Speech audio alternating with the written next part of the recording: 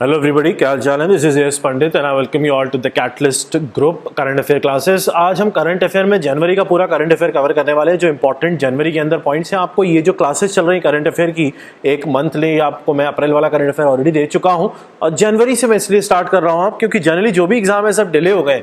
तो अब जिस भी एग्जाम की अगर आप बात करोगे तो उसमें जनवरी से लेके ही स्टार्ट होगा करंट अफेयर जो एग्जाम में पूछा जाएगा। तो उससे पहले का इतना इंपॉर्टेंट नहीं है, उसके मैं आपको हैंडआउट्स और नोट्स प्रोवाइड कर दूंगा उससे पहले के जो इंपॉर्टेंट हो गए पॉइंट।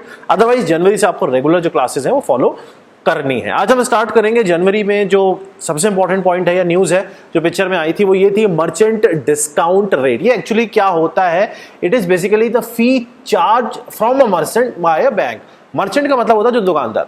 अब दुकानदार के पास आप जाते हो, आप उससे कार्ड लगा के कुछ खरीदते हो या यूपीआई से आप उसके पास ट्रांसफर करते हो, तो एक चार्ज, किसी का तो एयरटेल का यूज किया आपने, कोई तो एक सिस्टम यूज किया ना, तो आपने उसके पास से मान लो दाल खरीदी, अब आपने उसको कुछ पे किया कार्ड के थ्रू, तो कार्ड आपने कोई कंपनी का यूज किया होगा तो उसका चार्ज उस बंदे को पे करना पड़ता है, दुकानदार को। तो अभी गवर्नमेंट ने क्या किया है, बोला है कि अगर कोई कंपनी है और 50 करोड़ से ऊपर का उस कंपनी का टर्नओवर है, जैसे आप इजी डे या बिग बाजार या ऐसे बड़े बड़े कंपनीज में जाते हो, तो मैंडेटरी होगा उनको ये यूज करना, रुपए डेबिट कार्ड और यूपीआई वगैरह, और इसका कोई चार्ज नहीं लिया जाएगा। मतलब अगर आप एयरटेल में यूपीआई से पेमेंट कर रहे हो तो वो मर्चेंट को कोई भी पेमेंट नहीं करना है। किसको? एयरटेल को, क्योंकि एयरटेल की डिवाइस वो यूज कर रहा है। डिवाइस यूज करने का कोई भी पेमेंट नहीं करना है। आपने यहां से कार्ड लगाया, ये डिवाइस यूज हो एयरटेल की, और ये मर्चेंट को कुछ परसेंट देना पड़ता, तो अब उसको नहीं देना है, ऐसा गवर्नमेंट ने बोल दिया है। उसको मर्चेंट को डिस्काउंट दे दिया एक सर्टेन, ऐसे मानो। बट कंपनी बड़ी होनी चाहिए, छोटे मोटे 10 रुपए की कंपनी के लिए ऐसा कुछ नहीं है। तो ये एमडीआर एक इंपॉर्टेंट पॉइंट है जो कि जनवरी के अंदर आया था, आपको ध्यान रखना है। 50 करोड़ से ऊपर के टर्नओवर की कंपनी के लिए ये चीज मैंडेट कर दी गई है। एक ये मनी ऐप आया है। मनी ऐप एक्चुअली आरबीआई ने लॉन्च किया है। ये उन लोगों के लिए लॉन्च किया है जो बेचारे देख नहीं पाते, विजुअली चैलेंज जो होते हैं उनको लिए यूज किया गया है कि अगर उनको कोई नोट देता है या कोई भी यूज खरीदते हैं वो कुछ भी, या उनसे कोई चेंज लेता है या देता है, तो उनको पता होना चाहिए कि उनको कोई गलत या नकली नोट नहीं दे रहा है। तो ये जो ऐप है ये उनको बता देगा, बोल के स्कैन कर सकते हैं और ये बता देगा कि ये नोट सही है या ये नोट गलत है। तो अच्छा पहल है, अच्छा काम किया गया है हेल्प करने के लिए मनी ऐप। संगीता कैलेंडी अवार्ड, ये अवार्ड अभी जनवरी के अंदर ये सौम्या जी हैं, एस सौम्या हैं, इनको ये अवार्ड दिया गया है। ये म्यूजिक एकेडमी के थ्रू दिया जाता है और ये जो है ये कार्नेटिक म्यूजिशियन है। तो आपको, क्योंकि ये अवार्ड्स एग्जाम में डायरेक्टली पूछा जा सकता है, आपको ध्यान रखना है संगीता कैलेंडी अवार्ड जो होता है ये म्यूजिक एकेडमी के थ्रू दिया जाता है और ये जो है ये कार्नेटिक म्यूजिक में एसोसिएटेड है एस सौम्या जी, जिनको ये अवार्ड मिला है। ये आपको ध्यान रखना है। मिग 27 बहुत पुराना हमारा एयरक्राफ्ट था इंडियन एयरफोर्स का। ये ग्राउंड से उड़ता था और दुश्मनों के एयरक्राफ्ट को गिरा देता था। इसको रिटायर कर दिया गया है, इसको अब यूज में नहीं लिया जाएगा। 1985 से यूज में लिया जाता था और कारगिल वॉर में इसका बहुत बड़ा रोल था। उड़ता हुआ देख रहे हो, इसको बहादुर नाम भी दिया गया था। ध्यान रखना है, ये अटैकर प्लेन है, एयरक्राफ्ट है जिसको बहादुर नाम दिया गया, आदमी नहीं है। एचएएल ने बनाया था। ये हिंदुस्तान एरोनॉटिक्स लिमिटेड। एक क्वेश्चन एग्जाम में आते हैं कि बहादुर किसको बोला जाता है, आपको वहां पे ध्यान रखना है। बहादुर यहां इस पर्टिकुलर एयरक्राफ्ट के लिए बात की जाती है, किसी आदमी का नाम नहीं दिया आपको कि सर बहादुर तो हमारे घर में चौकीदार है, ऐसे नहीं, ध्यान रखना है। मिग 27 ग्राउंड अटैक एयरक्राफ्ट है और काफी इससे हमारे जो क्या कहते हैं आर्मी है उसको काफी, एयरफोर्स को काफी यूज आया है, बहुत हेल्प मिली है। मिग 27 को दिसंबर में रिटायर किया गया था, मैं जनवरी में इसको लेके आ गया हूं क्योंकि इंपॉर्टेंट न्यूज है। एक्स्ट्राकुलर विजन, एक्स्ट्राकुलर विजन का मतलब होता है बिना आंखों के भी देख लेना। बिना आंखों के भी देख लेने के हमारे बस की तो बात है नहीं। तो एक ये रेड ब्रिटल स्टार, जो स्टार फिश देखी होगी आपने, स्टार फिश होती है, बचपन में देखी होगी, स्कूल में बायोलॉजिकल लैब में गिलास में बंद करके रखते हैं उसको। स्टार फिश की फैमिली को बिलोंग करता है और ये देख लेता है बिना आंखों के। भाई साहब समझ में आ रहा है, इसकी ये एबिलिटी है। तो आपको ध्यान रखना है, ये जो एक्स्ट्राकुलर विजन है ये इस रेड ब्रिटल स्टार से रिलेटेड है, देखना बिना आंखों के। पहली बार इस टाइप का कोई जीव जंतु मिला है, ध्यान रखना, ठीक है ना। वो एक्स्ट्राकुलर विजन ये अब इंसान का नहीं होता, ये वो अजीब से सितारे का होता है, ब्रिटल स्टार का। आ जाओ, first of its turtle rehab centre. ये टर्टल रिहैब सेंटर की बात करते हैं। आदमियों का रिहैब इंडिया में होते थे, यहाँ बिहार में टर्टल का रिहैब बना लिया गया है। यहाँ पे टर्टल को कोई चीज़ छुड़वानी नहीं है, कोई गलत आदत नहीं छुड़वानी है, बल्कि टर्टल जो हर्ट हो रहे हैं, जिनको नुकसान हो रहा है, जिनको प्रॉब्लम हो रही है, चोट लग जाती है, कभी आपने कोई चीज़ फेंक दी ना, अपने क्या कहते हैं पानी के अंदर, वो जाके उनको लग गई, लोग चुराते हैं, टर्टल की स्मगलिंग भी होती है, आप जानते होंगे। इन सब चीज़ों को प्रिवेंट करने के लिए टर्टल बहुत कम होते चले जा रहे हैं। बिहार में एक टर्टल रिहैब सेंटर बनाया गया है भागलपुर 4 डिवीजन ने। आपको ध्यान रखना, टर्टल के लिए बिहार के अंदर ये चीज बना है। फ्रेश वाटर टर्टल इसके अंदर आराम से रहेंगे बिना किसी टेंशन के। Cyber safe women initiative, Maharashtra government ने एक इनिशिएटिव लॉन्च किया, कैंपेन लॉन्च किया है साइबर सेफ वुमेन के नाम से। किसकी बर्थ एनिवर्सरी, ये एग्जाम में ऑब्जेक्टिव में क्वेश्चन मिलेगा आपको। सावित्रीबाई फुले, इनकी बर्थ एनिवर्सरी में ये कैंपेन लॉन्च किया गया है, अवेयरनेस फैलाने के लिए, साइबर सेफ बनाने के लिए सिस्टम। क्योंकि आप जैसे देखते हो आजकल साइबर क्राइम बहुत ज्यादा होने लग गए हैं, कोई भी ऑनलाइन बैठ के कुछ भी कर सकता है, किसी को भी मैनिपुलेट कर सकता है। तो उसके अगेंस्ट अवेयरनेस फैलाने के लिए ये इनिशिएटिव बहुत अच्छा लॉन्च किया गया है। सबको ध्यान रखना चाहिए, ऑनलाइन जाना बहुत आसान है, ऑनलाइन में सामने कौन है किसी को नहीं पता होता है, it's better to be safe. तो उसी लिए उन्होंने ये अवेयरनेस फैलाने के लिए कैंपेन लॉन्च किया। आपको एग्जामिनेशन पॉइंट ऑफ व्यू से ध्यान रखना है, साइबर सेफ वुमेन किसके सोशल रिफॉर्म में थी, एक सावित्रीबाई फुले, इनके लिए लॉन्च किया गया। इनके लिए इन द सेंस इनकी बर्थ एनिवर्सरी जो है उसके दिन लॉन्च किया है, अवेयरनेस फैलाने के लिए। बाकी दिस इज वेरी इंपॉर्टेंट, ध्यान रखना है, सबको सेफ रहना चाहिए। साइबर में अगर आप बैठे हो ऑनलाइन तो you should be safe, whether you are a man or you are a woman, दोनों को सेफ रहना है आजकल। पटोला साड़ीज, अब पटोला साड़ीज जो है गाने में सुनते हो पंजाबी, लेकिन यहाँ पे एग्जाम में क्वेश्चन आएगा कि भाई पटोला साड़ी कहाँ की होती है। पहला ऑप्शन पंजाब होगा, गारंटी दे रहा हूं। आप लगा क्या होगे, पहला ऑप्शन, क्योंकि आपने गाना सुना है। लेकिन यहाँ पे आपको ध्यान रखना है, ये पटोला साड़ीज जो है ये एक्चुअली गुजरात ने इसमें जीआई टैग ले रखा है 2013 से। भाई साहब गुजरात का है ये, सुरेंद्र नगर गुजरात में ये चीज, इसका एक सिल्क प्रोसेसिंग प्लांट है, वहां पे ये बनती है और बहुत ही ज्यादा महंगी होती है, काफी हाई प्रोफाइल साड़ियों में ये आती है, इनको ध्यान रखना है। जीआई टैग सिल्क की साड़ी है, इसको 2013 में गुजरात में मिला हुआ है, गुजरात के पास है जीआई टैग, जिसको ध्यान रखना आप, ठीक है। गुजरात की है पटोला साड़ी, एग्जाम में ऑब्जेक्टिव में क्वेश्चन आ सकता है, जनवरी का है। Bhitarkanika senses of salt water crocodile, देखो भितरकनिका से इन्होंने क्या किया है, क्रोकोडाइल काउंट किए हैं कि, और ये देखा कि पिछले साल के अकॉर्डिंग इस साल 15 सॉल्ट वाटर क्रोकोडाइल बढ़ गए हैं। अभी अगर हम बात करेंगे तो यहाँ पार्क में 1757 क्रोकोडाइल प्रेजेंट है, जो कि पिछले साल 1742 से थोड़े से ज्यादा है, तो 15 का इजाफा आपको मिला है। थोड़ा सा अगर हम क्रोकोडाइल की बात कर लेंगे तो क्रोकोडाइल जो प्रेजेंट होते हैं वो अलग अलग नाम से बात की जाती है, सॉल्ट वाटर, मगरमच्छ जिसको आप बोलते हैं, और घड़ियाल, ये अलग अलग होते हैं। घड़ियाल आपने देखा होगा लंबे मुंह वाला। मगरमच्छ जो क्रोकोडाइल होता है ये इंडियन क्रोकोडाइल होता है, ये पूरे इंडिया में कहीं हर जगह ऑलमोस्ट मिलता है। ये वनरेबल डिक्लेयर किया गया है, फ्रेश वाटर है, लेकिन इस चीज को ध्यान रखना, ये सॉल्ट वाटर नहीं है, नमकीन पानी में नहीं रहता है, ये सिंपल साफ पानी में रहता है। घड़ियाल की अगर हम बात करेंगे तो ये मछली खाता है और ये भी इंडिया में काफी ज्यादा मिलता है। इंपॉर्टेंट पॉइंट ये है कि कहाँ मिलता है वो यहाँ पे मेंशन्ड है आपके, ये वाइल्ड लाइफ सेंचुरी की स्क्रीनशॉट आप ले लेना ना, इसलिए मैंने ऐसे बनाया, आप आराम से स्क्रीनशॉट ले सको, क्योंकि करंट अफेयर याद रखना बहुत जरूरी है। सॉल्ट वाटर नमकीन पानी में रहने वाला क्रोकोडाइल की अगर आप बात करोगे तो ये सबसे बड़ा क्रोकोडाइल होता है, ऐसा कंसिडर किया जाता है, जनरली ईस्ट पार्ट में मिलता है इंडिया के। तो आपको ध्यान रखने हैं ये सॉल्ट वाटर, मगरमच्छ और घड़ियाल।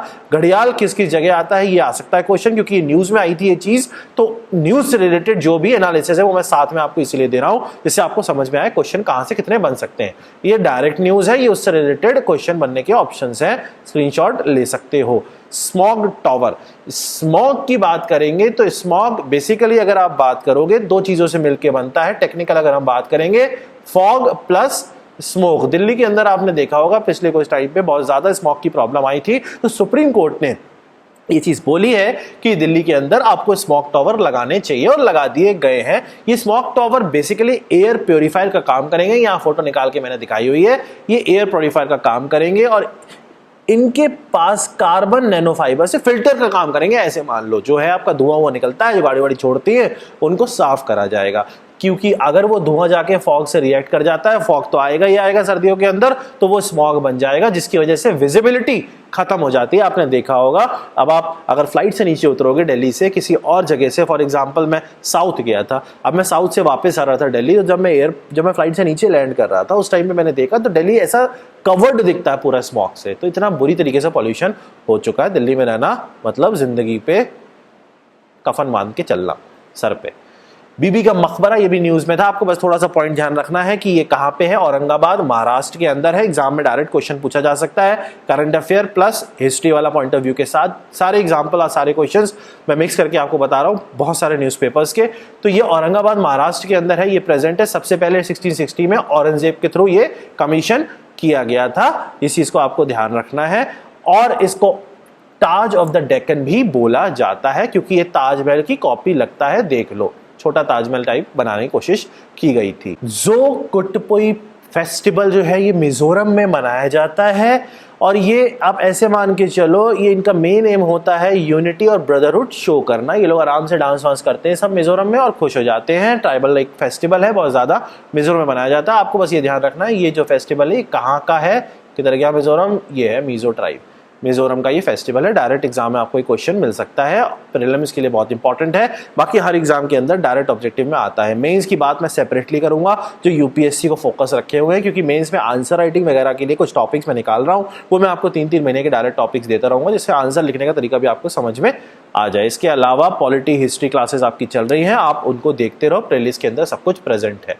National assessment and accreditation council NAAC, ये न्यूज के अंदर आया था, तो इसकी हम बात कर लेते हैं।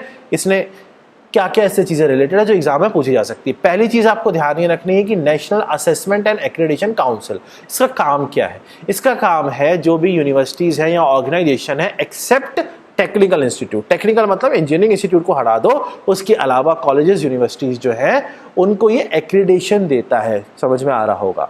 ये 1992 में बना था और इसको बनाने वाला यूनिवर्सिटी ग्रांट कमीशन था। ये बताता है कि यूनिवर्सिटी सही है, ये कॉलेज सही है, सही इन द सेंस वो सारे जो नॉर्म्स होते हैं वो फॉलो करता है और वो उस पर क्वालिफाई करता है कि वो बच्चों को पढ़ा सके। ये सर्टिफाई करता है हायर लर्निंग कॉलेजेस वगैरह को, स्कूल को नहीं कॉलेजेस को, लेकिन टेक्निकल को नहीं करता है। टेक्निकल के लिए आप अलग से जानते हो AICT प्रेजेंट है। एक चीज ध्यान रखना, ऑटोनॉमस ऑर्गेनाइजेशन है, बनाने वाला UGC है, 1992 में बना था। इसको जब बनाया गया था तो इसको बनाने की जो रिकमेंडेशन थी वो नेशनल पॉलिसी ऑन एजुकेशन 1986 में दी गई थी। नेशनल पॉलिसी ऑन एजुकेशन 1986 की रिकमेंडेशन पे ये 1992 में बनाया गया था, 86 में रिकमेंडेशन है, ये पॉलिसी जो बनी थी और 1992 के अंदर इसको UGC के थ्रू बना दिया गया था। ऑटोनॉमस मतलब खुद की ऑर्गेनाइजेशन है, कोई कंट्रोल नहीं है। Higher education except technical institutes जो है उनको ये सर्टिफाई करता है। CISF आप बहुत अच्छे से जानते हो, सेंट्रल इंडस्ट्रियल सिक्योरिटी फोर्स हम इसको बोलते हैं। सुप्रीम कोर्ट ने सेंट्रल गवर्नमेंट को रिसेंटली जनवरी के अंदर ये बोला है कि CISF की एक स्पेशल विंग बनाई जाए कोर्ट के लिए। कोर्ट के लिए अलग से एक CISF का विंग बनाया जाएगा जो कोर्ट्स वगैरह को प्रोटेक्ट करेगा। सुप्रीम कोर्ट, हाई कोर्ट, इनकी सिक्योरिटी के लिए CISF का एक सेपरेट विंग बनाया जाए, ऐसा बोला हुआ है। CISF के बारे में थोड़ा सा देख लेते हैं, आपको क्वेश्चंस आ सकते हैं एग्जाम में, मेंस में भी इंपॉर्टेंस है। CISF जो है ये आर्म्ड फोर्स है, ये एस्टेब्लिश किया गया था under the act of parliament, central industrial security force act 1968 में इसको बना दिया गया था। CISF को एक्ट के थ्रू बनाया गया है, इस चीज को ध्यान रखना है। According to the mandate, CISF provide security to the staff along with the security of property establishment. जो भी बड़ी बड़ी ऑर्गेनाइजेशंस होती हैं उन सबको CISF सिक्योरिटी वगैरह प्रोवाइड करता है, ध्यान रखना। वो आर्मी वाले नहीं होते जो आप देखते हो, वो CISF के लोग होते हैं और ट्रेंड वैसे ही अच्छे से होते हैं, इनका भी अलग से एग्जाम होता है, आप अच्छे से जानते हो। बात करते हैं हैबिटेबल जोन की। हैबिटेबल जोन, देखो एक चीज हमें पता होती है, हमें इन जनरल जब हम अर्थ पे पैदा हो गए तो हम ये मानते हैं कि ज्योग्राफी, मैंने आपको एक चीज समझाई थी सबको, ज्योग्राफी मैंने आपको एक चीज बताई हुई है। क्या बताया हुआ है ज्योग्राफी के अंदर? मैंने ज्योग्राफी में ये बताया था कि अगर वाटर प्रेजेंट होता है, अगर वाटर प्रेजेंट होता है तो उसके बाद लाइफ आना शुरू होता है, मतलब लाइफ वाटर पे बहुत ज्यादा डिपेंड करती है। हैबिटेबल जोन एक ऐसी जोन कही जाती है जहां पे पानी प्रेजेंट हो सकता है। आपको मैंने एक चीज और ज्योग्राफी में समझाई थी, समझना थोड़ा सा कंफ्यूजिंग हो सकता है, बच्चों को समझ में नहीं आएगा। आपको एक चीज पता है, समझ में मतलब आ जाएगा, आता नहीं है, कि एक स्टार होता है, उस स्टार के आसपास बहुत सारे प्लैनेट होते हैं। कहा जाता है उस स्टार से एक सर्टेन डिस्टेंस तक वाटर की एग्जिस्टेंस हो सकती है। किसी भी स्टार से एक सर्टेन डिस्टेंस तक जहां पे पानी प्रेजेंट हो सकता है, उस एरिया को हैबिटेबल जोन कहा जाता है। और अगर उस एरिया में पानी प्रेजेंट हो सकता है तो वहां पे कोई भी इंसान या कोई भी जीव जंतु रह सकता है। ठीक, ये तो हैबिटेबल जोन की बात हो गई। हमारे पास जैसे सन है, सन से जितनी दूरी तक पानी मिलने की उम्मीद होती है उतनी दूरी तक लोग हो सकते हैं। इस पे रिसर्च चलती है। ऑब्वियसली बात है, अर्थ पे पानी है और भी जगह हो सकता है, तो जहां पानी हो सकता है वहां कहा जाता है वो हैबिटेबल जोन में आता है। डिस्टेंस हमेशा स्टार से नापा जाता है, सन एक स्टार होता है। फाइन, अब ये तो हो गया कॉन्सेप्ट हैबिटेबल जोन का। अब न्यूज की बात करेंगे। नासा ने रिसेंटली, साइंस रिपोर्टर का न्यूज है, रिसेंटली डिस्कवर किया है एक अर्थ के बराबर का प्लैनेट, उसका नाम है TOI 700d, जो अपने स्टार से हैबिटेबल जोन में घूम रहा है। उसका एक स्टार होगा, उससे हैबिटेबल जोन में घूम रहा है, मतलब उसके इतने डिस्टेंस पे घूम रहा है जहां पानी हो सकता है। समझ में आ गया होगा, हैबिटेबल जोन मतलब स्टार से कितनी दूरी तक पानी प्रेजेंट हो सकता है। क्लियर। इपिफेनी फेस्टिवल की अगर हम बात करते हैं, इपिफेनी फेस्टिवल रिसेंटली बनाया गया है गोवा और केरला जैसे एरियाज में। ठीक है, इस चीज को ध्यान रखना, ये जो फेस्टिवल यहाँ पे लिखा हुआ है ये पोर्टुगल बेसिकली बेस्ड है, इसका जो बेस है ना वो पोर्टुगीज बेस्ड है। तो आपको सिर्फ इतना ध्यान रखना है कि गोवा और केरला में मनाया जाता है ये फेस्टिवल। जनवरी में इस चीज को बनाया गया है। ज्यादा डेप्थ में नहीं जाना, मनाने मन लग जाना। गोवा केरला से हो तो मना लेना, मुझे भी बताना। सी गार्जियंस 2020। सी गार्जियन मतलब समुद्र की रक्षा करेंगे ये लोग। पाकिस्तान और चाइना, देखो पाकिस्तान और चाइना बहुत दोस्ती निभा रहे हैं, इसलिए चाइना बढ़िया करके वायरस यहाँ भेज रहा है। पाकिस्तान और चाइना दोनों ने मिलकर एक नेवल ड्रिल करी है, दिखाना चाहते हैं कि हम में बहुत दम है। जनवरी में, बाद में कोरोना वायरस आ गया, उस नेवल ड्रिल में जो भी गए होंगे वो चाइनीज के साथ साथ बीमार पड़ गए होंगे। 6th सीरीज है ये, 6ठी बार इन्होंने ऐसी हरकत की है ना। पाकिस्तान हरकतें ही करता है, कुछ कर नहीं पाता है। मुझे ये समझ में नहीं आता कि ये जो पाकिस्तान में जो लोग रहते हैं ये सच में बेवकूफ़ी कर देते हैं या मतलब बेवकूफ़ी करते हैं या इनके इनबिल्ट है ऐसा कि होना ही है इनके साथ, मुझे समझ में नहीं आता है। ये बेवकूफ़ी नहीं है, ये इन्होंने चाइना के साथ मिलकर एक ड्रिल की है, ये बेवकूफ़ी है या नहीं वो बाद में टाइम बताएगा। इनका जो मेन बेस है, जो फोकस था वो ये था कि भैया हम चाइना के साथ कॉपरेशन दिखाएंगे, अपनी ताकत दिखाएंगे, कोई दिक्कत नहीं है। इधर ऑपरेशन संकल्प लॉन्च कर दिया गया था, इंडिया ने एक ऑपरेशन संकल्प लॉन्च किया है। इसका इनका काम ये है कि ये एक समुद्री सिक्योरिटी, मैरीटाइम सिक्योरिटी ऑपरेशन है। ये इमरजेंसी सिचुएशन में काम आएगा, सी वेसल्स वगैरह को प्रिवेंट करने के लिए जो इधर उधर चले जाते हैं। तो आपको इतना ध्यान रखना है, मैरीटाइम ऑपरेशन है जो ऑपरेशन संकल्प है, वेसल्स से रिलेटेड है, जो पानी में वेसल्स जाते हैं उनको संभालने के लिए। मिलान 2020, मिलान 2020 कहाँ हुआ है? पहला क्वेश्चन ये आएगा, विशाखापट्टनम के अंदर हुआ है, मार्च में हुआ है। जनवरी में मैं आपको समझा रहा हूँ क्योंकि मैंने जो इंपॉर्टेंट पॉइंट्स हैं वो सारे इकट्ठे कवर किए हैं कि भाई इकट्ठा कवर करना चाह रहा हूँ। इधर उधर से जो चीज़ इंपॉर्टेंस आ जाती है, जैसे यहाँ पे मैं 3 चीज़ें लेके चल रहा हूँ तो साथ में मैं ले आया हूँ। मार्च 2020 के अंदर ये चीज़ हुई है। Milan starts for multilateral naval exercise, इतना देखना, नेवल एक्सरसाइज है बेसिकली, और ये विशाखापट्टनम में हुआ है। एग्जाम में आपसे पूछा जा सकता है। नेक्स्ट अगर हम बात करें borders with Pakistan and Bangladesh, India Pakistan और बांग्लादेश के साथ बॉर्डर शेयर करता है। पहली इंफॉर्मेशन आपको ये ध्यान रखनी है, 4096.7 किलोमीटर का बॉर्डर इंडिया बांग्लादेश के साथ शेयर करता है और 3323 किलोमीटर का पाकिस्तान के साथ शेयर करता है। ये एग्जाम में आपको क्वेश्चन मिल सकता है। अब न्यूज क्या थी? न्यूज ये थी कि इंडिया ने पाकिस्तान और बांग्लादेश के साथ जो बॉर्डर प्रेजेंट है उन बॉर्डर्स पे एक नॉन कट स्टील फेंसिंग लगाने की बात की है, जो सेंसिटिव एरिया है जहां से लोग ज्यादा आते जाते हैं। आपने देखा है बजरंगी भाईजान में इधर से उधर से निकल आते हैं, तो उन्होंने क्या किया, ऐसा स्टील फेंस लगाएंगे कि भाई साहब कहीं से भी नहीं जा पाओगे।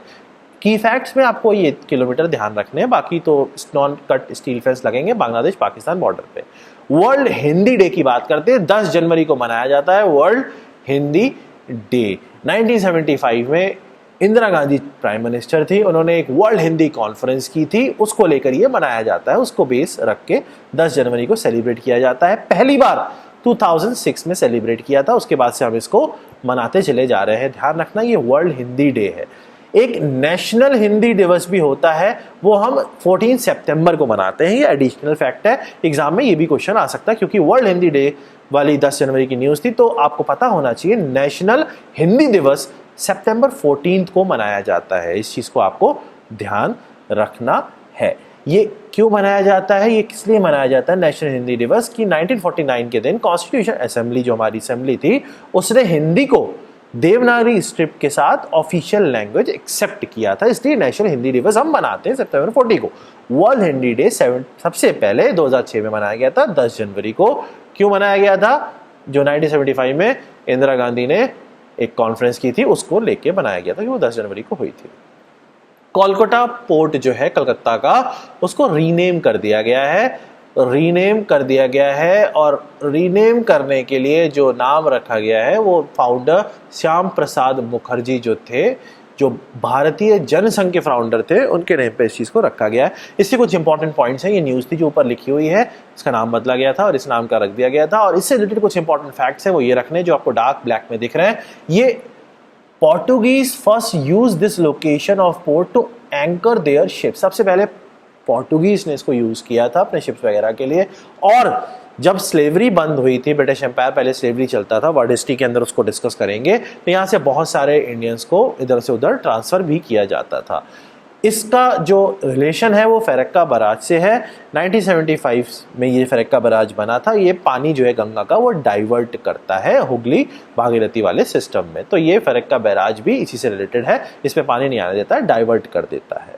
मिशन पूर्वोदय, मिशन पूर्वोदय की बात करेंगे तो मिशन पूर्वोदय का सिर्फ बेसिक कॉन्सेप्ट है स्टील कैपेसिटी बढ़ाना, स्टील इंडस्ट्री को और ज्यादा इंक्रीज करना। तो आपको इतना ही ध्यान रखना है बस कि इंडिया में ईस्टर्न साइड के अंदर ये जो अपना मिशन पूर्वोदय है इसको अप्लाई किया जाएगा।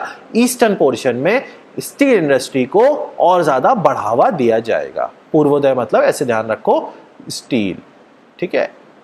नेक्स्ट, सक्षम की अगर हम बात करते हैं, it is a people centric fuel conservation campaign. देखो, लोगों को फ्यूल वेस्ट ना करें उस चीज को समझाने के लिए ये जो कैंपेन है, इस कैंपेन को चलाया गया है कि भैया फ्यूल वेस्ट मत करो। वैसे ही पेट्रोल वेट्रोल कम है अपने पास, है ना, तो इसमें बहुत सारी ऑर्गेनाइजेशन ने मिलकर ये अवेयरनेस और कैंपेन चलाया है, जिसमें आपको PSUs मिल जाएंगी ऑयल और नेचुरल गैस की, और बहुत सारी स्टेट्स की भी आपको ऑर्गेनाइजेशन मिल जाएंगी जो इस चीज़ में वर्क करती है, ठीक है।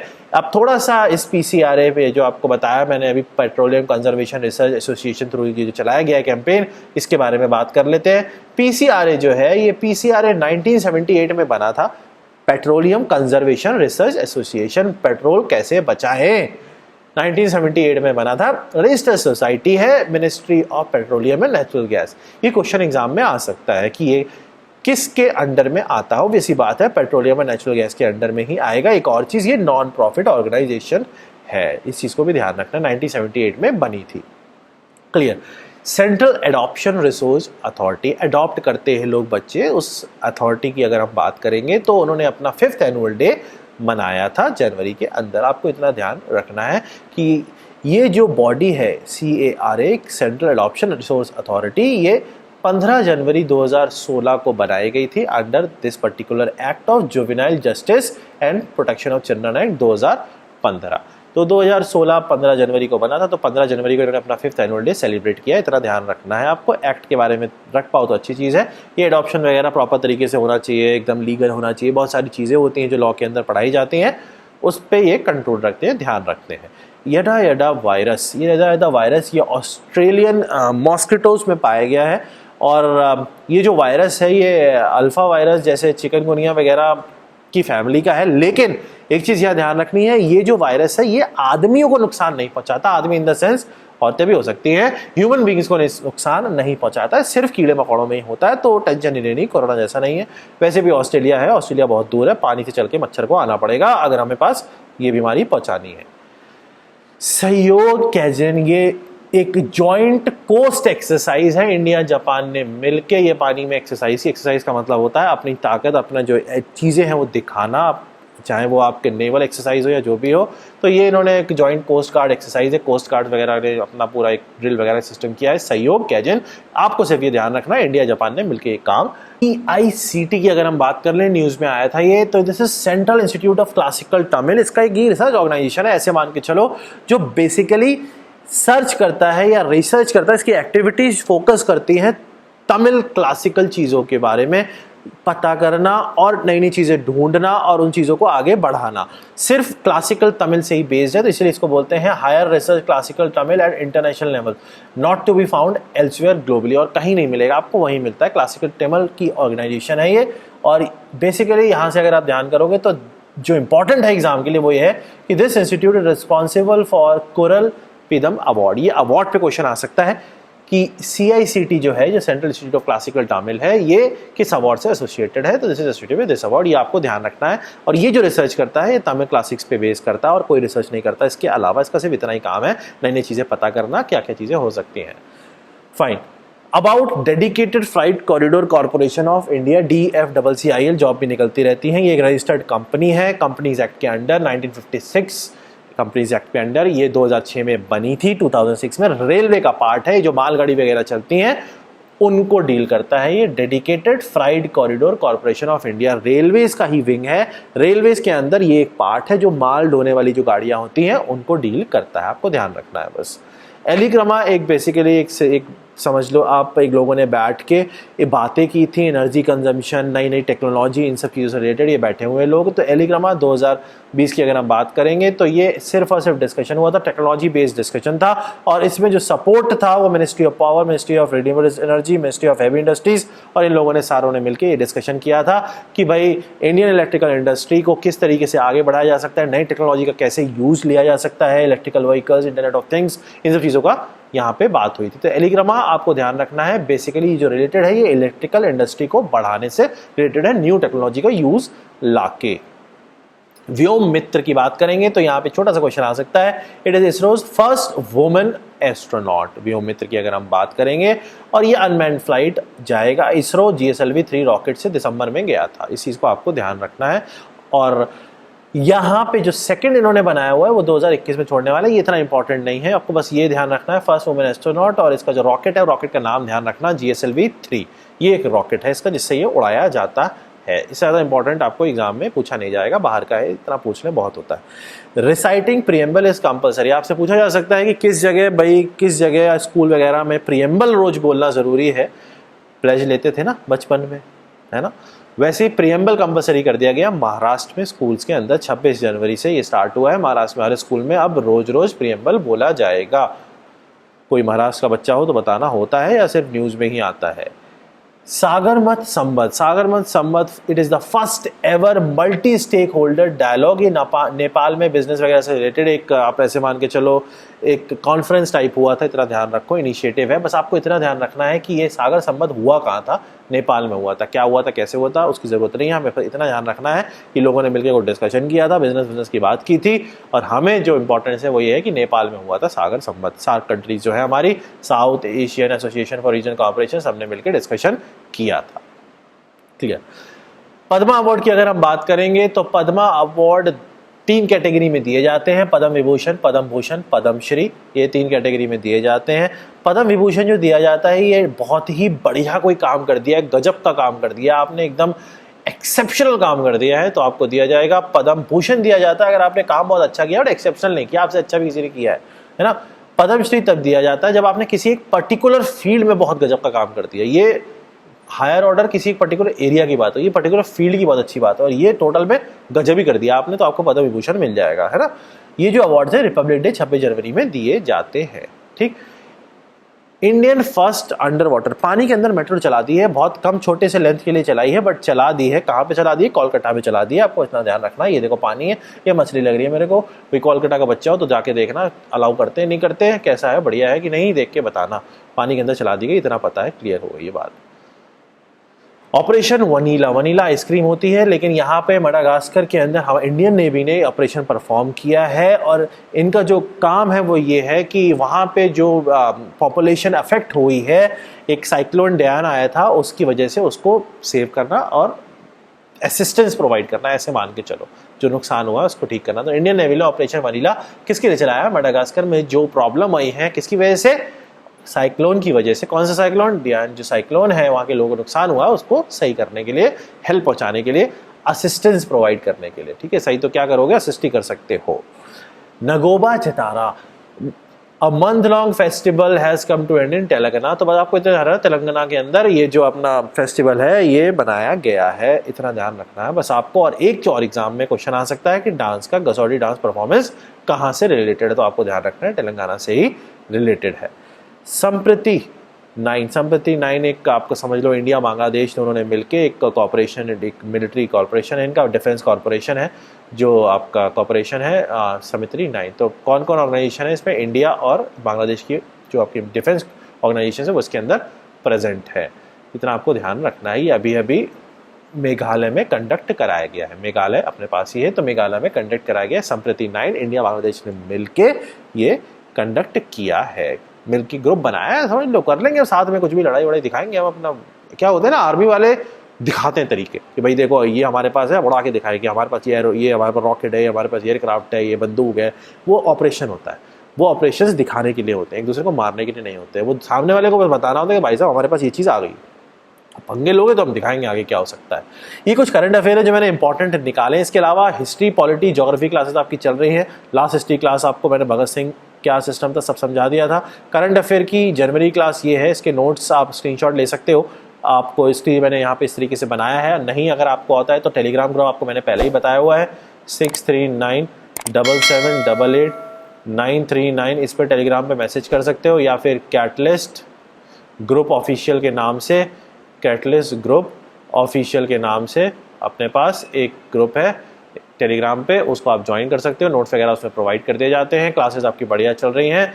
पूरा स्टडी मटेरियल यूपीएससी और यूपीएससी ईपीएफओ और एसएससी वगैरह का हम लोग प्रोवाइड कर रहे हैं वहाँ पे, और ज़्यादा प्रोवाइड करते रहेंगे। आप लोग सिर्फ पढ़ते रहो, मैंने आपको पहले ही बोला है, मेहनत कर लो, दिमाग हमें लगाने दो, काम हो जाएगा। तो this is yes Pandit signing off this session. Stay high with the feeling of being successful.